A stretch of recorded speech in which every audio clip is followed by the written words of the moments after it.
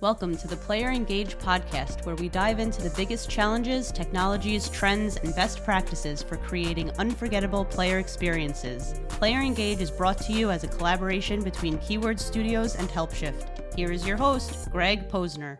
Hey, everybody. Welcome to the Player Engage podcast. Greg here. Today, we're joined by Ivan Zaguirre from SocialPoint. He's had a lot of roles at SocialPoint. I'm excited to learn about it and to learn about all the different roles that he's been in. And they recently released a new game, Top Troops, which I'm a player of and I'm excited to talk about. Before we dig into things, Ivan, first off, thank you for joining me. You care to say a few things about yourself and your background? Well, first, thanks, Greg, for inviting me. I'm very excited to have time to introduce myself to you today and also speak about the game that I've been developing the last couple of years. So I joined SocialPoint 9 years and a half ago, so it's been a long journey, all the way in doing product. And when I joined the company, we were just launching Monster Legends, our second franchise that is still alive and contributing to the P&L of the studio, right? So that was already 9 years ago. And since then, I've basically, had four main stages here. The first year I was helping the team to scale Monster Legends. Then I used these learnings, to go a couple of years to new games to try to release something. I failed first time that I failed on new games. Then I went back to live games to use everything that I learned on new games and apply it back to live games. That was between 2017 to 2019. It was very interesting because I was actually leading Monster Legends for a couple of years, and that was a very, very interesting moment. I mean, the game was doing well, in good shape. We had some interesting success and growth. And then right before COVID changed our lives for at least for a year, I got a call from the founders of the company that explained me that there was an opportunity on new games, and I decided to join new games early on 2020. And this is what I've been doing the last 3 years. And for the first year, I did a small strategy revamp for the studio, and then for the next 2 years, I focused on the game that we will talk right now. So that's all about me. My 9 years at SocialPoint. Prior to this, I was 10 years doing product management for startups here in Barcelona, because product management is something that I really like to do. And my background is on computer science. So, I mean, technology is also something that I really enjoy, talking to tech folks and understanding and building bridges between technology and business, right? That's why I found a home in product management. That's all about me. That's awesome. And it's a ton there to unpack and things that we're not going to get to on this podcast, but things that are just kind of strikes to me. First of all, being almost at a company for 10 years, I feel like is unheard of these days. And that's amazing. And I'm just looking at the different titles that you had, and that's probably part of the reason why you're still there. You're getting to expand your background. You were also there for the acquisition by Take-Two, which is an interesting one because a lot of these AAA publishers ended up purchasing a lot of mobile companies because they had trouble with mobile, particularly on their own. And there was a lot of mobile companies out there, SocialPoint. And that's fascinating to me. And to your point, right, you had Monster Legends when you started, you had Dragon City before you got there. So there's a few nice IPs under your belt. And now with Top Troops, hopefully that's going to be a third one that we can add to that bucket. The first thing I want to go to is what you just said, though, which is kind of not about this, is about your background in product management. Do you think your background in product management, well, this is kind of a 2-point question. Did that help you get to where you are today? And do you think you need that video game background in order to get started if you have product management skills? That's a very good question. Prior to joining SocialPoint, I never thought about myself or joining the video game industry, right? I was a gamer, but a lightweight gamer, but I was a hardcore PM guy, right? So then SocialPoint was growing very fast here in Barcelona. Actually, I would say that it was the first pure mobile free-to-play studio that heavily invested in Barcelona. And one of the main ecosystem or many of the drivers of the current ecosystem and Barcelona scene that we have right now, that it's quite big with other large studios. And I joined very early. And I thought, hey, I'm coming from other startups. I have a large playbook of PM skill set. I'm hardcore on product management. Well, this gaming thing won't be that complex, right? I was immensely wrong, because gaming is such a different beast compared to other industries, that even though some of the, let's say, foundations are similar when it comes to management, there are things that are inherently very, very different. Even if you think about games, I mean, verticals or audiences are radically different. I mean, it's not the same type of PM that you do, if you build a casual game, that if you build a mid-core game, that if you build a shooter, that if you build a MOBA. So there's all these nuances in terms of audiences, tastes, systems. I mean, make your PM work. I mean, there's a part that it's horizontal and it can be applied, but there's many different that you need to learn, and you can only do it by working on these categories, right? Also, life cycle, it's very the different life cycles of the product, which is basically build, grow, and mature. It also push you to construct or develop a different skill set. So all this is very exciting. And actually, as you said before, that's one of the reasons why I've been 9 years, and I see myself working at least for a few years at SocialPoint, because every year the work changes for many reasons. You work on different challenges, audiences, the industry change, and also push you, to get up to speed. So even though a lot of things I could pour it from my previous work, I need to learn a ton of stuff. That it was very specific, to the industry.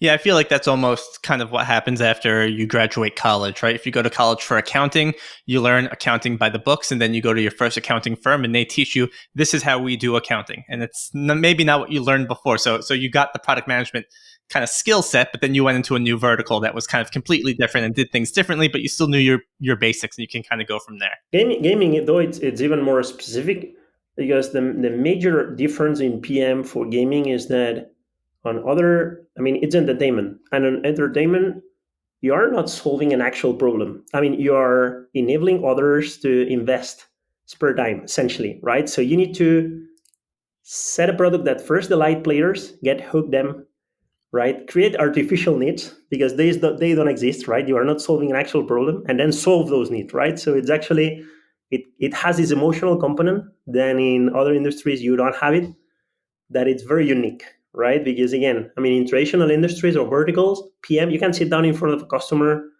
and tell them, hey, what's your problem? What's your pain point? Can you tell me? And he's going to be able to pretty much help you understand and frame the problem, right? And the type of value that you can provide for him.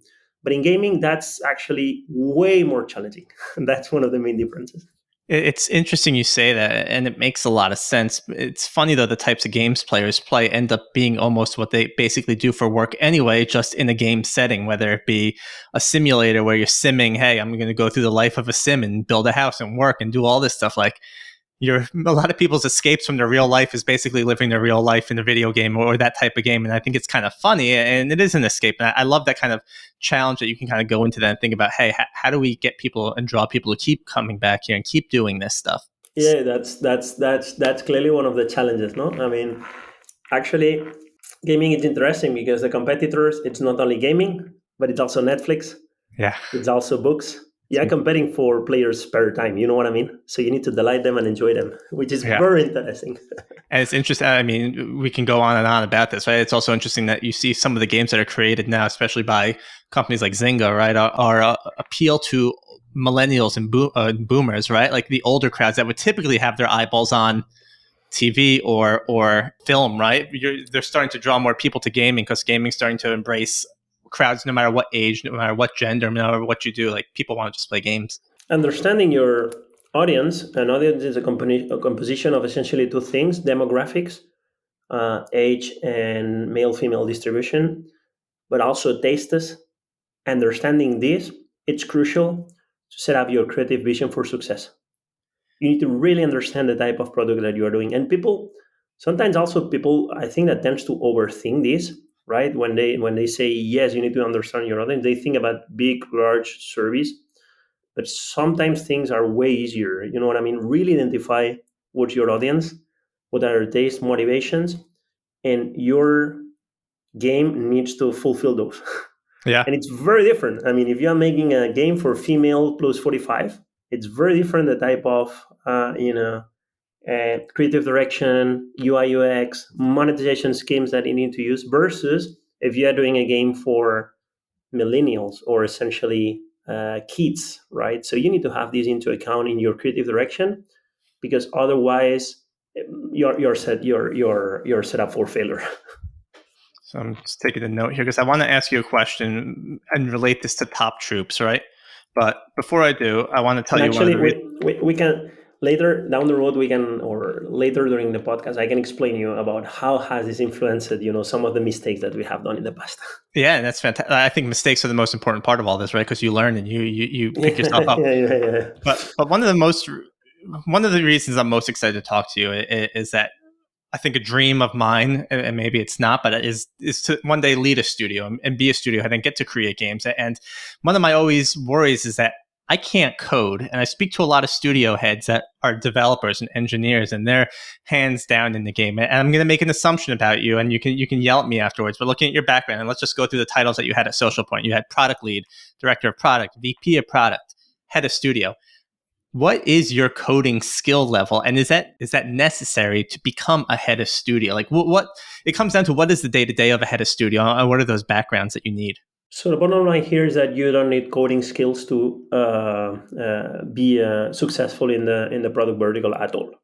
Okay, actually, at SocialPoint we have PMs coming from very different backgrounds, and I would say that most of them are not coming from tech background. Okay, it can help that you have deep tech knowledge in some areas, but it's not a decision or a critical factor. There are other things that are way more important. I mean, execution, very important skill. Business understanding, very important skill. Analytical mindset, creative problem solving, just not the same of being innovative. Okay, that's a different thing. Creative problem solving. Those are skills that are way more relevant than you understanding how the tech stack is built on. For this, it's always better that you partner with a great technical director or developer lead or whoever title you want to say, and rely all the tech stack and all the tech decisions on this person, and you focus on other things. So it's not going to be an issue if you don't have developer skills to become PM.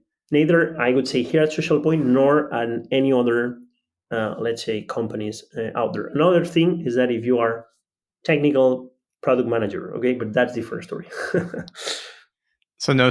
Okay, good to know. So it's really about the I don't want to call them soft skills, right? But about all those other things, like can you follow through? You keep up. All those skills kind of lead up to where you can be and how you can make it in the industry, for lack of better words. Mm-hmm. Unless you want to be an engineer and developer, and then you probably need to Yeah, code. yeah, that's it. So let's go back to kind of what we were just talking about. Let's talk about the demographics and can you talk about, I guess, how long ago did the idea for Top Troops come up? Yeah.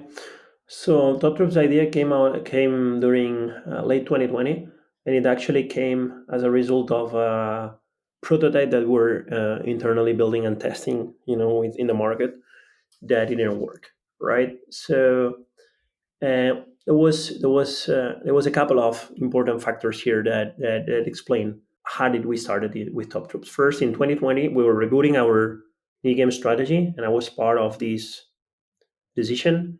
And we take several decisions. First, we align the whole company and do an ambition. Okay, what type of ambition do we have for a new games? By ambition, I mean we are building games here. We are building here games that we want 1 billion revenue lifetime, 100 million or 50 million, right? So aligning everyone on ambition that it must be realistic with your capabilities, with your people, with everyone.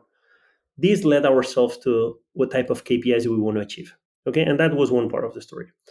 The second part of the story is, okay, what type of development process do I want to follow? What type of stages we want to follow?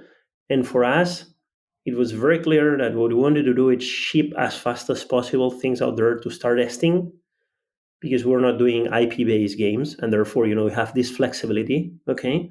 And for us, it was very important to test initially three concepts, three things: early marketability, how marketable the idea was. So kind of what's the eCPI, how more or less what's going to be the CPI that we're going to have with this concept. The second one is product market fit, early product market fit, how our early stickiness look like. I'm saying about day 0, day 1, day 2, day 3 retention. So how good, is clicking the code phase, the good action phase, into our audience. And the third one is purchase intent. It was very clear for us that even though we know that a game success explains because you have day 30 plus good metrics, it was very important that we started by something really solid from the get-go. And that's why from the process point of view, what we always said is it was reach market as fast as possible. Okay, that was the mantra. And the third, it was portfolio strategy. And here, what we tried to do, it was, okay, let's build games that we have capabilities in the studio that are relatively familiar to, and also that we can reuse the staff. And when I say staff, I mean knowledge, but also tech, right, and other things. So we can reach the market faster, right? That was important. And then that was the first thing. The second thing that we did, I was in charge, in this overall strategy, I was in charge of the mid-core space.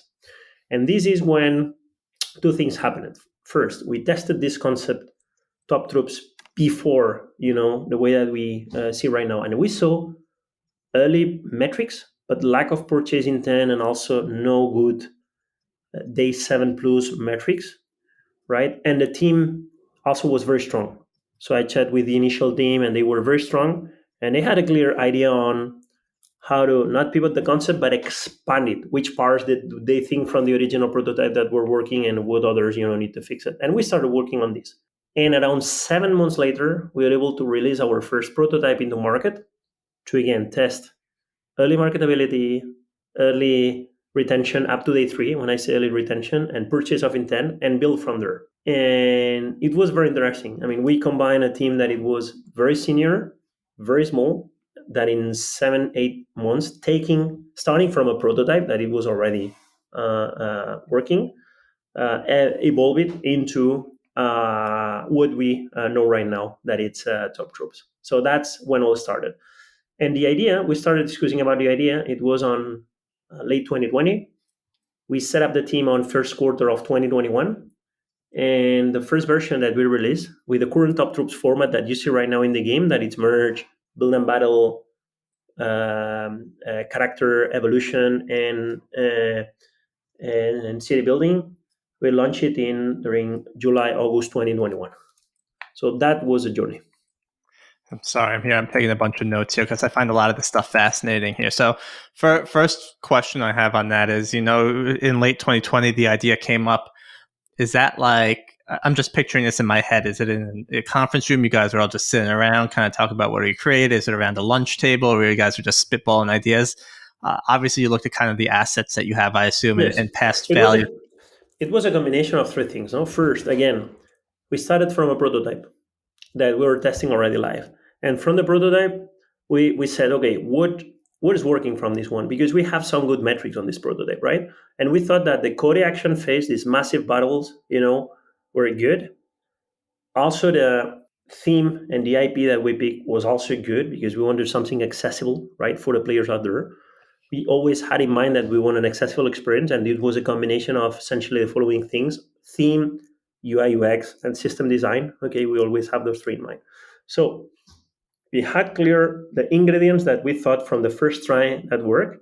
We look at the market, and also it was important for us to build a product that it was marketable from many angles, and we have many ways to market the product, because even in 2021 you could already envision, or 2020 you could already envision that the marketing landscape was going to be really hard, and you need not only deep pockets but also other tools to break through. And also we look at on our capabilities, internal ones, and combining the 3 of them, we had this idea on, hey, let's use this action phase and build these other pillars around with this team, address for this audience using these technologies, right?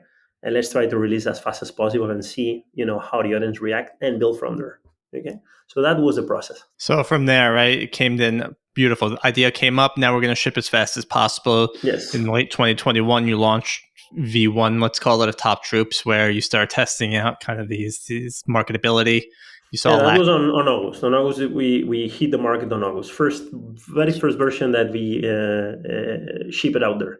Now, when you say hit the market, right, is that anyone in the world can download it? What type of testing is happening? No, we selected few countries and we put the version out there, and we start doing some UA, very low scale UA, to understand how early metrics and early users, were reacting to the product.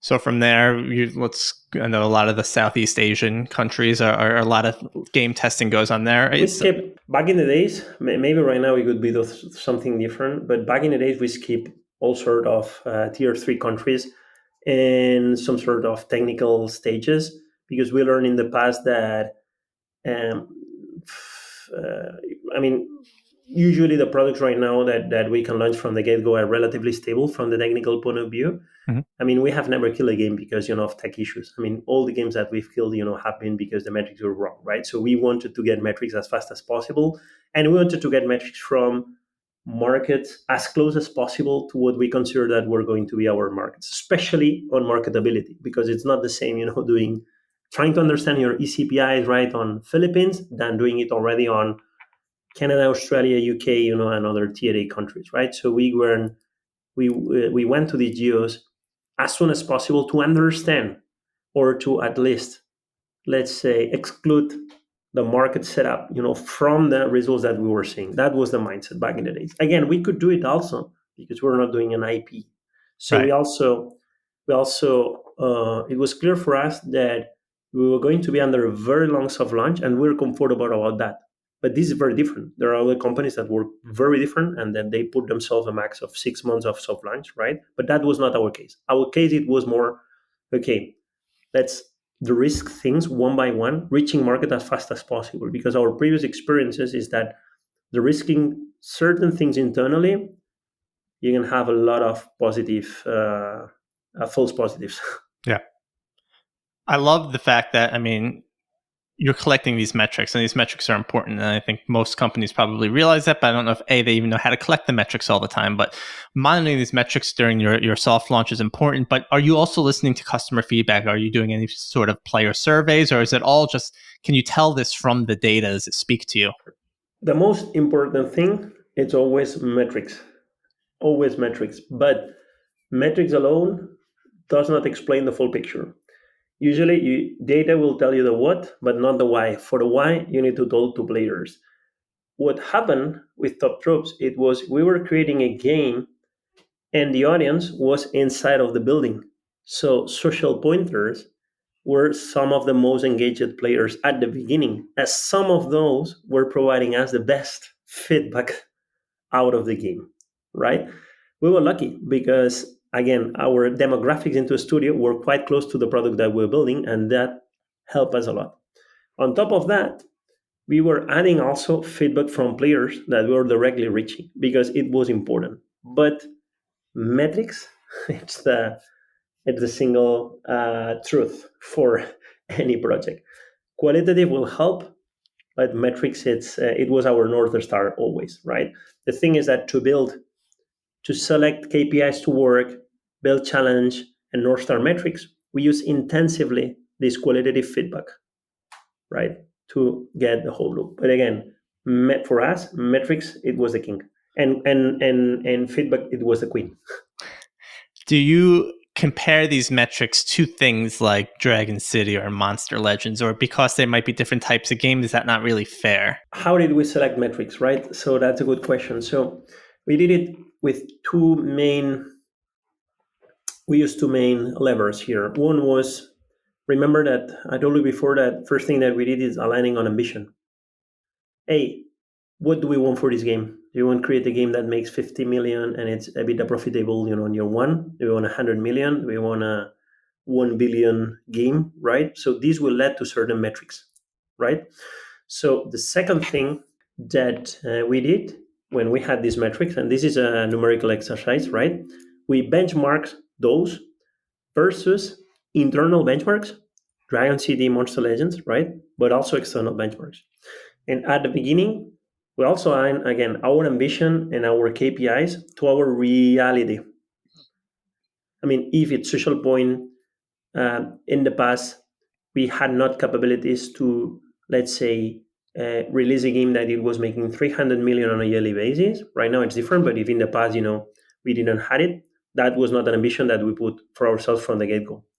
So that's the way that we selected metrics. Okay, one ambition was driving the metrics, and second one, when we have this set of metrics defined, which essentially it was basically ECPI, estimated ECPIs, retention, LTV. Those are the three metrics, the only three that we care, right? And we have those, and we kind of envision a certain UA budget, right, to generate the business size.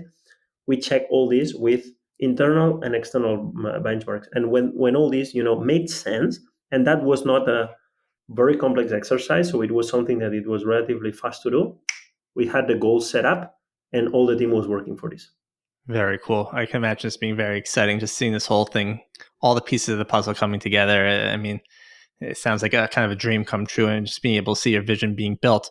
And you mentioned internal benchmarks and external benchmarks. When you're part of a company like Take-Two, are metrics shared between studios, right? You got Zynga, you got Nordeus. Access.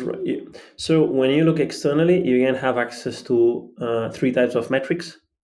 So one is obviously being part of a large family like Take-Two and Zynga. You have a large portfolio of games that you can quickly, check your metrics. That's one. Second, partners, platforms can also provide you anonymized benchmarks, which are quite useful to find gaps and help you understand, how others are performing.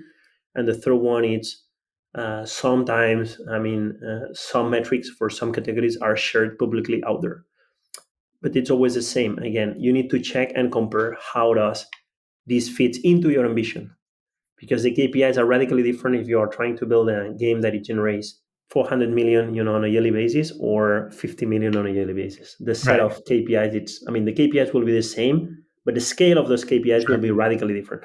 Right. It's not fair to compare you to GTA or anything like that, because it's completely different monster, different beast.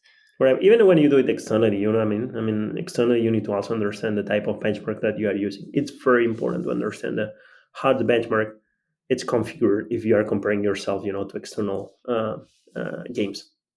So you're building this game, you're launching it in soft launch, you're getting feedback, you're watching your metrics. Then on October 3rd, 2023, Top Troops launches. And I imagine that's an exciting day for everyone there, but that's also a busy day, right? It's time to start collecting real life metrics, not real life, but much greater scale metrics, and start hearing from your players. So take me through kind of, if you can, that 30, 60, 90 days, right? What's priority one in those days? What's priority two? How do you proceed? You mean when we will launch, right? Yeah. So the good thing is that the team was already set up for world launch many months before. So some of the team is essentially structured with pods, right? And each pod has a specific function, mission. It's competence complete. They have KPIs, roadmap, etc., etc. But on top of these, we make sure that some pods were already working in what we say live game dynamics, right, rather than new game dynamics. So for some pods, it was literally not disruptive at all. It was just okay. Right now, instead of doing UA only on 3-4 countries, we are doing UA worldwide, right? So it was relatively smooth. But the thing that we focused the most on the first 30 days, it was essentially smooth operations, that everything was stable, that it was scaling properly, that customers were well served, that were supporting also functions, were really plugged into at scale, into the product, etc., etc. Then on day 60 and 90, when we ensure that, which is right now what we are doing, when we ensure that operations are already working and the tech is stable, right, and all supporting functions are plugged and already performing at the level that we feel confident, it's all about two things right now: product strategy. So how can we keep improving the KPIs? And second, it's growth. No, how can we invest more marketing profitable into the game to make it bigger? It's all about these two right now. Yeah. And the priority is always, at least the game it's not full finalized, and we have a wide array of things prepared on the next 12 months. So for us, the main focus right now it's product strategy. What do we do? How can we accelerate? What's the best team composition to do it? Which features are we going to prioritize? Do we need to revisit the challenges that are fueling our hypotheses, etc., etc.? So it's a lot about this. Have you had any major revelations in these first couple months about the type of game that is, things that you may want to, like, have you had? Not really. The big revelation that we had over the last 2 years when we were in soft launch was that at the beginning, so the game, it has this merge component in. No, if you play the game, you are going to see that it has this merge component, right? And the merge component usually it's associated with a bit more of a casual audience.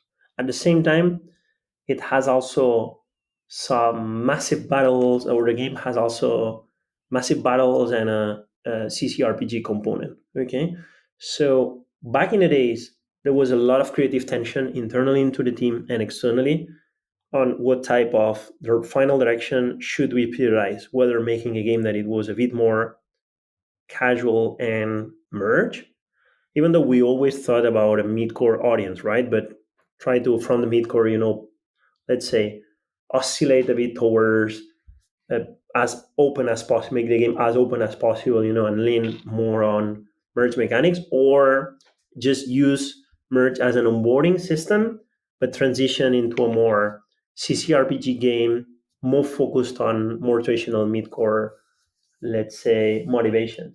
And at the beginning, there was some tension, but more or less a year ago, we gained consciousness, basically talking also about a lot of players. I mean, there was a couple of things that make us finally pivot towards no, our roadmap and our features need to essentially serve CCRPG players. And there was two fundamental things that fueled this. One was that every time that we were releasing features addressed for this audience, the whole KPI set was improving. And the second one is that every time that we were talking to players through structured tests, longitudinal tests to capture their feedback, or through chat, it was clear for us that even though we designed an experience trying to be as broad and open as possible in the top of the funnel, the players that were more engaged with the product, it was traditional CCRPG players.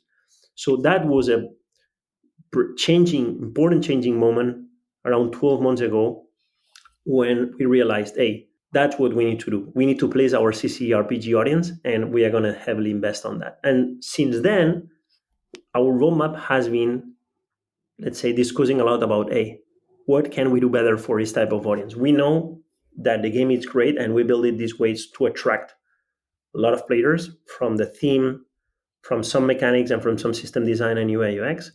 But down the road, the players that engage the most, it's CCRPG. So how can we do better, for them? You know what I mean? This has been always the moment. But on the last, and this we detected 12 months ago, and the challenges on the metrics we also detected 6 months ago. And since then, it has been always building on top over and over and over. But the last 2 months, there has not been really something new. You know what I mean? The things that are working in the game, we knew it.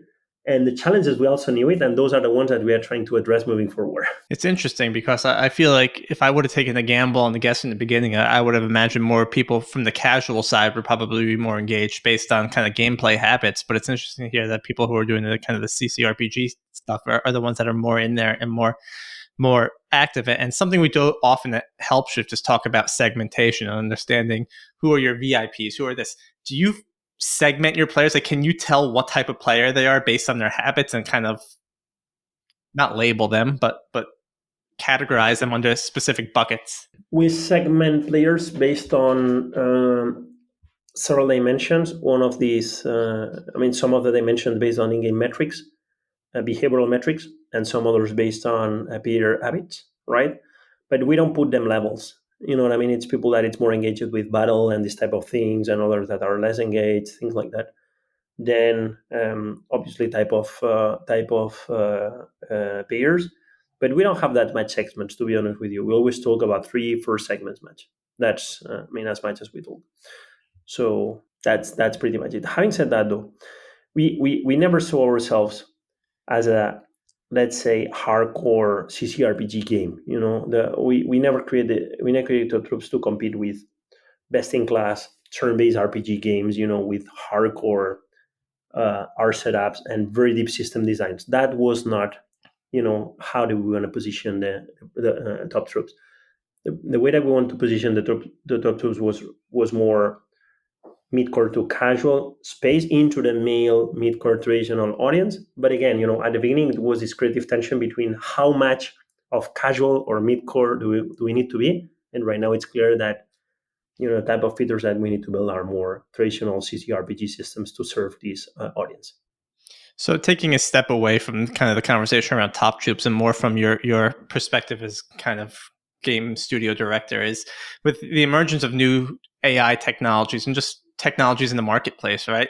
Are anything interesting to you and you digging more into that when you're thinking of your next game or the next update for top troops that you might want to incorporate new things or new objects into it using the latest technology? And maybe this is too vast of a question, right? Because it could go all over the place, but are there things that excite you about what's coming out in the marketplace?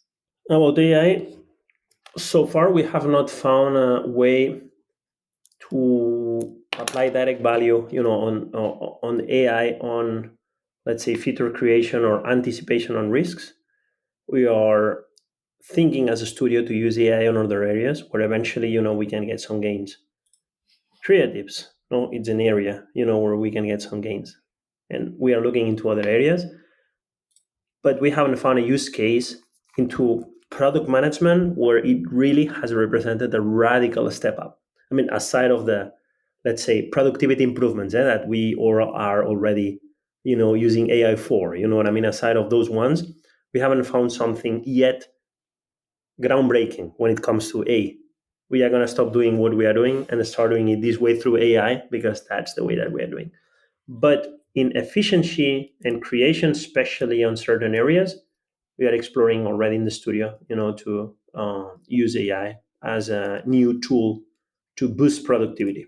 Yeah, that's what we've been hearing a lot, right? We don't want AI to replace anything, but to make things more efficient, make things more effective. Correct. Right? You can use that in the background to help simplify processes.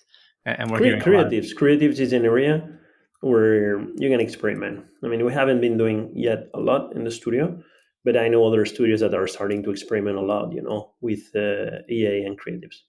Yeah, a lot of people don't want to talk about creatives and AI, but the truth is, once the technology is out there, someone's going to start utilizing it. So how do we make sure we use it for our advantage to make sure that we enable? Yeah. I mean, as you said, if the technology is out there, I mean, it's out there for everyone. So, So with the different roles that you had, I mean, most of them are around the product side of things, right? Is there something that you loved the most about what you did? That might just be, again, too vague of a question here, but there are kind of these moments. I remember waking up when I was in customer support, like I loved being able to see the number of count of tickets that I closed, right? Like, is there, I don't even know the right proper question to ask here, so maybe we just don't do this, but is there something that stands out for you in your career and the kind of different things that you've done? There's some things that push me to wake me up in the morning. Okay, one is see the impact on metrics of the things that you do, and that overall in product management, it's quite interesting. But on gaming, it's just insane. I mean, you release something yesterday, and tomorrow, you know what I mean? You already have data that is telling you how everything is looking, and when you really impact the metrics, it's great. And that's one of the things that I like the most. You know what I mean? This sense of instant impact through your work that you have, and the ability that gaming, gives you, it's just insane. So that's one thing.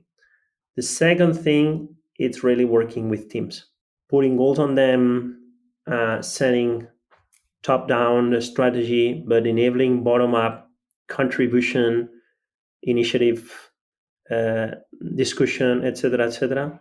That's also another thing that I like the most. And actually, combining both, everything that is key for a manager into product management space to succeed. So those are the things that I like the most. Impacting KPIs, and second, working with the teams to set goals, but enabling them bottom up to contribute to the overall strategy, and empowering the teams to experiment, try, and improve the metric, through releasing stuff. When you're working with a large team like that, organization, communication is something typically people say is one of the hardest things to do. So how do you keep those teams organized? Is it a Jira? Is it a different tool that you guys are working through? The tool set is extremely simple. I would say that we do most of the things only using two tools. I would say three, which is Slack. We use a ton of the Slack Zoom suite. It's nowadays almost basically for us, it's mandatory. So a lot of communication, and you need to do it through this. Second, it's the Drive suite, the Google Drive suite. We use it a lot for everything. And the third thing is Jira. No? And we use it at different scales because obviously we have what we call high definition or low definition files usually for a certain type of stakeholders or discussions, then mid and low definition, right? So we adjust also not only the visibility of the information that we are doing, but also the tool that we are using, because it's not the same managing day-to-day operations into a team that talking to a, let's say, portfolio-wide stakeholder and explaining, what's the roadmap. So those are the three tools that we use the most. But tools are only enablers. For us, what's critical, it's several things. First, over-communicate, especially because communicate alignment complexity grows exponentially with team size, and the only way to compete this or fight this is communication. That's the only way. So make it as simple as possible, as straight as possible, and again, complexity of alignment will scale with your team size. It's not linear, it's exponential. Okay, it's exponential. So that's one. Second, simple organizational design. Okay, so create reporting lines and structures that simplify decision making and accelerate this as much as possible, and avoid conflicting agendas as much as possible. Okay, then the third, it's even though you communicate and you have a good organizational setup, create regular forums to make sure that everyone is in sync on the most important topics. So we have these forums at all level. We have constant game leadership syncs, we have pod syncs, we have department syncs, no? We have organizational syncs at 2 or 3 layers that are mandatory, and then we also have management syncs. That's very, very important. I was hoping your third point would be over communicate again, just to kind of nail that hammer in. But I love it. A lot of times I know people say, hey, why do they keep telling us this? Why do they keep telling us this? And it's something I'm bad at, and it's just good to know is like over communicate. People might get annoyed at you, but then if they get annoyed at you, at least they heard what you're saying. Especially on highly remote. I mean, we have transitioned since COVID, obviously, into the model that is presenting new challenges. I mean, right now, most of the time we work remote versus in the office, which is fine, right? So in this scenario, you need to communicate even more than before. The thing, again, is that alignment and visibility complexity will exponentially scale with your team size. And the only way to fight this is communication over and over and over through regular channels, all sorts of channels, all type of communication. So do it a lot of times. Annoy everyone. Just make sure you're heard. And I think that's fair. I think if remote work, it has this feeling that people aren't working their hardest, which I could disagree with, but it comes down to the person that you're dealing with and the type of employee that you have. But over communicate, right? That's what you got to do as a manager. That's what you got to do as a boss. Make sure people hear you. Before we go on, I'm pretty much asked most of my questions. I'm happy to keep a conversation going. Is there anything specific you want to talk about? No, I think that we covered most of the topics, and I've been enjoying so far the discussion. Cool. So, Ivan, I think that's all I had for you today. I was really excited, and this lived up to my hype. I got to hear about a game that I play constantly, about the pre-launch, the launch, what's happening, kind of what you're looking at now. I think it's a really exciting thing, and I think you're in an awesome position. As a numbers person, I'm jealous you get to look at all these statistics and analytics. I'm sure it's really cool being able to watch this stuff on a daily basis. Maybe it makes you go crazy, but before I let you go, is there anything else you want to just share with our listeners? No, I encourage everyone that wants to try in the PM space to do it, no matter the type of skill set that they have, because you'll see that you find yourself, at home in the product management vertical if you are if you like business and technology, because it's a great bridge in between. Think about your audience a lot.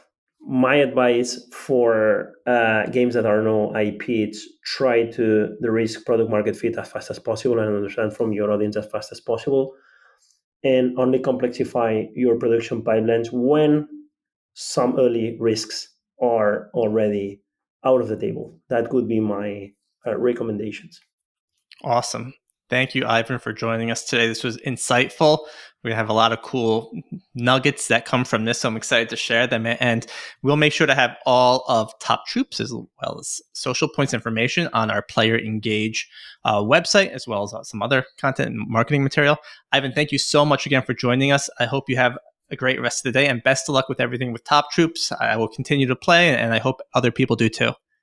Thank you, Greg, for inviting me to the podcast. Sure thing.